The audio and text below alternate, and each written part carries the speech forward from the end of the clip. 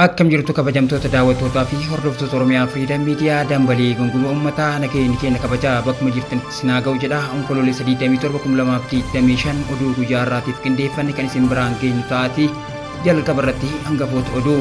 Godina Wallaggaa Baatti Finxaaliyyiin faannoo sochii hawaasni aanaalee irraa gara magaalaa Naqamteetti taasisan danqaa jiru. Ministeerri Muummee Dr. Abiy Ahmad gaaffilee miseensota paarlaamaa irraa gaafatamaniif guyyaa boruu deebii kennu.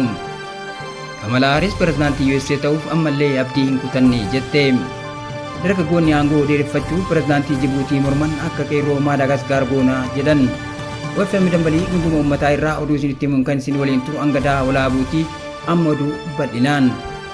Godina Wallaggaa Baatti Finxaaliyyiin faannoo sochii hawaasni aanaalee irraa gara magaalaa Naqamteetti taasisan danqaa jiru. Hidhattoonni Finxaaliyyii faannoo godina Wallaggaa Baatti sochii uummanni aanaalee garaagaraatii gara magaalaa Naqamteetti taasisuu danqaa jiraachuu jiraattonni himanii. Dabalatasaa akka ta'an isiniif dhiyeessina. Hidhattoonni Finxaaliyyii faannoo godina Wallaggaa Baatti sochii uummanni aanaalee garaagaraatii gara magaalaa Naqamteetti taasisuu danqaa jiraachuu jiraattonni himanii. Aanaalee giddaa ayyaanaa Kiiramuu, Ibantuu, Harooleemmoo fi Limuu Galiilaatti sochiin geejjibaa gara magaalaa Naqamteetti taasifamu sababa hidhattoota Finxaaliyyiitiin gufataa jiraachuu dubbataniiru. Hidhattoonni Finxaaliyyiin hawaasa nagaa fakkaatanii godinicha keessa qubatanii jiran imaltoota ukkaamsuun maallaqa guddaa gaafachuu ibsanii imaltoota irratti haleellaa bananii lubbuu namaa dabarsuutti jiru jedhan. Sababa kanaan uummanni karaa gara magaalaa Naqamteetti imalu dhabuu eeranii konkolaachiftoonnis sodaa nageenyaatiif jecha karaa sana irra imaluu akka didaa jiran dubbataniiru. Mootummaan humna guddaa bobbaasee hidhattoota kanneen akka adamsu kan gaafatan jiraattonni warri hidhannoo seeraan alaa hidhatanii gaafkaan nama nagaa yeroo ibaa ammoo hidhattoota faannoo ta'anii socho'an hidhannoo akka irraa hiiku gaafataniiru. Karaa tokkoon nama nagaa fakkaataa karaa ibaatiin ammoo hidhatanii nageenya uummataa balaa irra buusuun hin ta'u kan jedhan jiraattonni yaada isaanii nuuf qoodan kun hidhattoota Finxaaliyyii kanaaf warra dahoo ta'us mootummaan seeratti akka dhiyeessuu qabu himanii. Odeessa ibaatiin mootummaan federaalaa namoota filannoo nagaa fudhatan keessummeessuuf fageenya walakkaa ol ni deemnaa jedhe. Filannoo nagaa babal'isuun waggaatti hojiin olaantummaa seeraa mirkaneessuu cimee itti fufa jedhan pirezidaantiin itti aanaa fi hoogganaa paartii badhaadhinaa obbo Adam Faaraa. Obbo Adam Faaraa walgahii koree hojii raawwachiiftuu paartii badhaadhinaa irratti kallattii kenname ilaalchisee ibsa kennaniiru. Ibsa isaanii keessatti yeroo mara namoota filannoo nagaa fudhatan keessummeessuuf fageenya walakkaa ol deemna jedhaniiru. Rakkoon nagaa naannoo daangeffame biyya keenya keessatti gama nagaa akka ture eeruun amma irra caalaan biyyatti nagaaf tasgabbii qaba jedhaniiru. Naannolee rakkoo nageenyaa qaban gara haala tasgabbaatii jiruuf hojii bal'aan hojjetamu yaadachiisaniiru. Bu'aan kun galma ga'uu isaa eeruun gara fuulduraattis nagaaf nageenyaaf olaantummaa seeraa mirkaneessuuf uummata waliin ta'uun naannolee hafan irratti ni hojjetama jedhaniiru.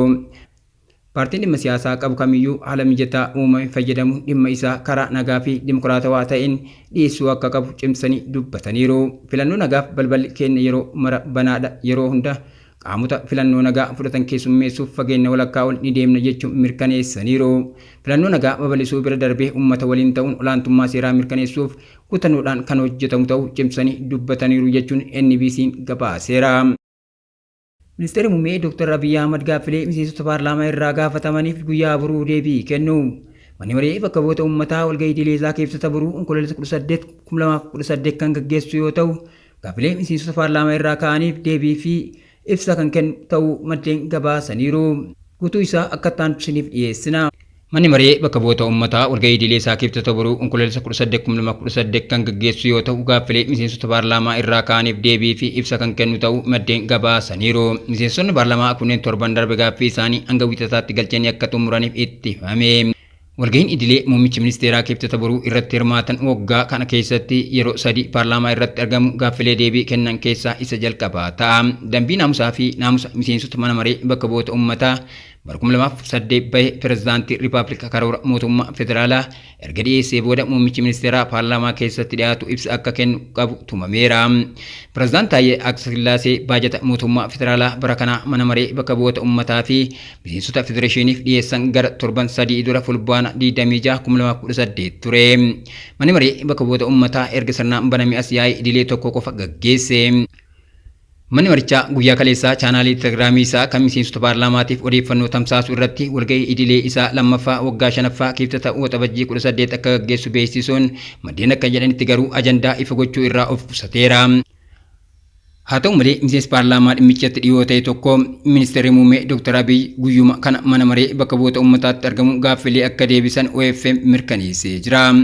Miseensi paarlaamaa kun itti dabaluudhaan dippiloomaatotaaf waamichi qophaa'uu fi keessummoonni walgahii wal fakkaatu irratti akka hirmaatan affeeramuu isaanii argeera jedhan. Miseensi paarlaamaa mormituu ibaa OFM haasofsiisa akka jedhanitti torbee darbe kamisa muummicha ministeeraatiif gaaffii akka dhiyeessan odeeffannoon isaaniif ergame. Gaaffii akka dhiyeessan guyyaa 5 kan kennameef ta'us akka hin dhiyeessine ibsaniiru. Miseensi paarlaamaa biraa gaaffii paarlaamaaf dhiyeessineerra jedhe gaaffiin isaanii fudhatama akka argatu abdii tokkollee akka hin qabne dubbataniiru. Waggoota arfan darban keessatti yeroo 2 qofa gaaffii paarlaamaaf dhiyeessan akka ragaatti kaasaniiru. Akka dambii ittiin bulmaataa fi naamusa mana maree bakka bu'oota uummataa miseensi gaaffii deebii afaanii barbaadu kamiyyuu yoo dhiyeessu yoo xiqqaate walgahii guyyoota 10 dura barreeffamaan afyaa'ii beeksisuu qaba. Dambiin kun afyaa'iin gaaffilee miseensota paarlaamaan dhiyaatan qoratee fudhachuu yookiin diduudhaaf aangoo kenna. Afyaa'iin gaaffilee adda baasuuf itti gaafatamummaa qabu. Maddeen dhimma keessoo mootummaa beekan akka jedhanitti nama paarlaamaa keessatti bakka bu'aa mootummaa isa guddaa ta'e waliin ta'uu ibsaniiru. Gaaffilee haala kanaan erga walitti qabamee booda ministeera muummeetiif akka dhiyaatanis maddi ni dubbatu. Muummichi ministeeraa Dr. Abiy gaaffii miseensonni paarlaamaa isaanii gaafataniif yeroo dhumaaf bara darbe dhumaa baatii waxabajjii keessaa deebii kennaniiru. Deebii ministeera muummee gara sa'aatii 3 fudhate keessaa dhimmi dinagdee yeroo fi dursa hunda caalaa fudhate. Kan hubatamuu qabu yeroo muummichi ministeeraa dhimma nagaa fi nageenyaa irratti ibsa kennan kan sa'aatii tokko hin guunne deebii Tigraay fi Eertiraa waliin wal qabatu ka'ee ture. Kamala Harris pirezidaantii USA ta'uuf ammallee abdii hin kutanne jette. Bulchiinsa Joo Baayiden jalatti pirezidaantii ittaantuu USA kan turte Kamala Harris irra deebiin pirezidaantummaaf dorgomuu akka maltu himte. Dabalatasaa akka taanusiniif dhiyeessina. Bulchiinsa Joo Baayiden jalatti pirezidaantii ittaantuu USA kan turte Kamala Harris irra deebiin pirezidaantummaaf dorgomuu akka dandeessu himte. Trump wajjin filannoo pirezidaantummaa USA bara 2024 dorgomte. Trumpiin kan mo'amte Kamala Harris USA guyyaa tokko pirezidaantii dubartii taate akka qabaattuuf isiis ta'uu akka danda'u abdii qabdu himte. Filannoo bara darbe irratti Trump mo'amtus filannoo USA bara 2028 gaggeeffamu irratti dorgomtuu cimtuu taatee dhiyaachuuf akka jirtu afaan guuttee dubbatte. Joo Baayiden sababa umrii fi rakkoo fayyaa dhumarratti pirezidaantummaaf dorgomuu keessaa erga bahanii booda paartiin dimokiraatotaa pirezidaantii ittaantuu USA kan turte Kamala Harris kaadhimamtuu godhee dhiyeessee ture. Gareen Trump sagalee caalmaa hedduu mo'atee pirezidaantii USA ta'ee filame. Paartiin dimokiraatotaa sagalee caalmaadhaan mo'amuusaa pirezidaantii duraanii USA Joo Baayidenitti quba qabe. Sababni dhiyaate ammoo Kamala Harris yeroo bal'aa akka argattuuf dafee kaadhimamummaa keessaa of baasuu dhiisuu isaati. Gama baatiin ammoo Kamala Harris yeroo argattetti duula filannoo sirnaan hin gaggeessine karoora uummata USAtiif qabdu sirnaan hin dhiyeessine jedhamuun kumatamuurraa hin oolle. Kamala Harris turtii BBC waliin taasifteen filannoo pirezidaantummaa USA dhufu irratti hirmaachuu akka dandeessu akeekuun ofiyyoo milkaa'uu baattellee dhaloonni dhufu pirezidaantii USA dubartii taate akka argan abdii akka qabdu himte. Siyaasa USA keessaa akka hin baane pirezidaantummaaf dorgomuuf ammallee abdii akka hin kutannee fi garuummoo murtoo dhumaarra akka hin geenne dubbatte. Kamala Harris abdii hin kutanne guutummaa jireenya kiyyaa akka jireenya tajaajilaatti waan dabarseef nama tajaajilu lafee kiyya keessa jira jette. Kamala Harris iddi dhalootasii indirraa ta'uu isaa irraa kan ka'e filannoo pirezidaantummaa USA irratti osoo hin milkaa'in haftee kanneen jedhanis hedduudha. Waa'ee kana kan gaafatamte Kamala sababa akkasii dhiyaatuuf gurra akka hin qabne ibsite. Yeroo Trump waliin dorgomaa turte duula filannoo gaggeessite irratti Trump abbaa irreeti jechuun ibsaa ture. Wanti waa'ee isaa yeroo sana akeekkachiisaa turte dhugaa ta'ee akka argame amanti. Donald Trump mootummaa abbaa irreeti jettee kan ibsitu Kamala Harris dhaabbilee USA akka meeshaa itti fayyadamaa akka jiru ibsite. Ministeera haqaa akka meeshaatti akka fayyadamu Trump dubbatee ture waanuma dubbate sana hojiirra oolchee jira jechuun dubbatte. Dargaggoonni aangoo dheereffachuu pirezidaantii Jibuutii morman akka qeerroo Maadaagaskar goonaa jedhan.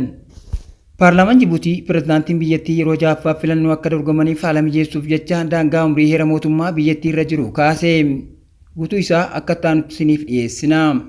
Paarlaamaan Jibuutii pirezidaantiin biyyattii yeroo ja'affaaf filannoo akka dorgomaniif haala mijeessuuf jecha daangaa umrii heera mootummaa biyyattii irra jiru kaase. Manguddoo umrii waggaa 77 Ismaa'eel Umar Geelee biyya xiqqoo galaana diimaa fi galoo galaana Eden jidduutti argamtu Jibuutii waggaa 26 bulchaniiru. Heerri mootummaa Jibuutii namni umrii waggaa 75 darbinaan filannoo pirezidaantummaa irratti akka hin hirmaanne hin dhoorga. Bu'uura kanaan pireezidaanti Ismaa'eel Umar Giilee filannoo bara dhufu biyyattii keessatti gaggeeffamu irratti hirmaachuu hin danda'an jechuudha. Haa ta'u malee pireezidaantichi marsaa dabalataaf dorgomuu akka danda'aniif fooyya'insi seera mootummaa qophaa'ee dilbata kaleessaa paarlaamaa biyyattiif dhiyaate ture. Paarlaamaan Jibuutiis fooyya'insa seera mootummaa kana sagalee guutuun raggaasisuu afyaa'iin paarlaamichaa tajaajila oduu biyya Faransaa AFP'tti himaniiru. Murtee paarlaamaa kana pireezidaantichi fudhachuun raggaasisuu yookiin ammoo uummanni sagalee irratti kennuun akka murteessu gochuun kan irraa eegamu ta'a. Yoo mirkaneessan ammoo paarlaamaan biyyattii torban booda yeroo lammaffaaf sagalee irratti ni kenna. Heera mootummaa biyyattii keessatti keewwanni nama filannoo pireezidaantummaaf dorgomu umriidhaan daangessu akka jiraatu kan taasisan pireezidaanticha mataa isaanii turani. Jijjiiramni 2010 pireezidaanti Ismaa'eel Umar Giilee taasisan kun yeroon aangoo isaanii akka daangifamu kan godhudha. Akkasuma yeroo turtii aangoo pireezidaantummaa kan marsaa tokko waggaa 6 irraa gara 5tti xiqqeesseera. Daangaa umrii pireezidaantii heera mootummaa irraa kaasuun lammiilee biyyattii biyya keessaa fi alaa jiran haalaan mufachiise. Aangawoonni siyaasaa biyyattiin ala jiranii fi quuqamtoonni mirga namoomaa pireezidaantichi marsaa 6ffaaf dorgomuu akka danda'aniif heerri mootummaa fooyya'uu mormuun biyyattii keessatti gama nageenyaa fi dimokiraasiin jijjiiramni akka barbaachisu waamicha dhiyeessanii. Lammiileen Jibuutii biyya keessaa fi alaa jiran hedduun murtee kana erga dhagahanii booda miidiyaa hawaasummaa irratti mormii cimaa dhageessisaa jiru. Barataa umrii waggaa 24 Hakim yeroon Jibuutiin dammaqu yeroo aangoo marsaa 6ffaa mormuu qabdu amma erga jedheen booda akka dargaggoonni Maadaagaskar godhan gochuu dandeenya jechuun barreesse. Rogeettiin Hawwaa jedhamtu ammoo karaa dimokiraatawaan mootummaa kana kuffisuun biyya keenya hurrii kana keessaa baasuu qabna nuffineerra jechuun X irratti barreessite. Dhimmoota gaanfa Afrikaa xiinxaluun kan beekaman Sooniyaa Laaguriit miidiyaa hawaasummaa irratti namoonni mufachuu isaanii ibsaa jiru. Haa ta'u malee biyya yaada bilisaan ibsachuu fi walabummaa pireesii sarbitu Jibuutii keessatti lafarratti mormii dhageessisuun ni ulfaataa jedhan. Afyaa'iin paarlaamaa Jibuutii heera mootummaa biyyattii fooyyessuun kan barbaachiseef gaanfa Afrikaa tasgabbii hin qabne kan biyyoota akka Itoophiyaa, Somaaliyaa fi Eertiraa of keessaa qabdu keessa biyya xiqqoo jirtu Jibuutii keessatti tasgabbii mirkaneessuun dirqama ta'ee waan argameef jechuun AFP'tti himanii. Akka yaadutti lammiileen biyyattii 80 caalan fooyya'insa heera mootummaa kana ni deeggaruu jedhan. Filannoo waggaa 4 dura gaggeeffame irratti dorgomuun marsaa 5ffaaf kan injifatan pireezidaanti Ismaa'eel Umar Giilee sagalee uummata kenname keessaa 97 argatanii. Paartiin pireezidaantichaa paarlaamaa biyyattii keessaa teessoo hedduu waan qabuuf murteewwan hedduu dabarsuu keessatti qooda guddaa qaba. Ismaa'eel Umar Giilee bara 1999 namoota biyyattii hundeessan keessaa tokko kan ta'anii fi waggaa 22 biyyattii kan bulchan Hassan Guleed Optiidoon harkaa aangoo fudhatanii. Pireezidaanti Umar Giilee pireezidaantii Ugaandaa yeroon aangoo isaanii waggaa 40tti siqaa jiru Yuweerii Museveenii fi waggaa 30f Eertiraa kan bulchan pireezidaanti Isaayyaas Afwerqiitti aanuun baha Afrikaa keessatti aangaa yeroo dheeraaf aangoo irra turan sadaffaadha. Biyya uummata miliyoona tokkotti siqu qabaachuun isii kan himamu Jibuutiin gaanfa Afrikaa fi naannawa galaana diimaatti bakka murteessaa ta'e irratti argamuun isii humna isiitii ol guddattee akka mul'atu taasiseera. Jibuutiin daldala gara keessaa fi gara alaa Itoophiyaaf bakka akkaan murteessitu yoo taatu buufataaleen waraanaa Ameerikaa, Faransaay fi Chaayinaa keessatti argamu. Humna galaanaa biyyoota hedduufis akka daandii imalaatti tajaajilti. Kabajamtoota daawwattoota keenya tamsaasni keenya akka namoota hedduu bira gahuuf peejii keenya follow share gochuun akkasuma YouTube chaanaalii keenya subscribe godhuu hin dagatinaa. Oduun guyyaa kanaaf qabanne kanneen turanii waan nu daawwattaniif galatooma.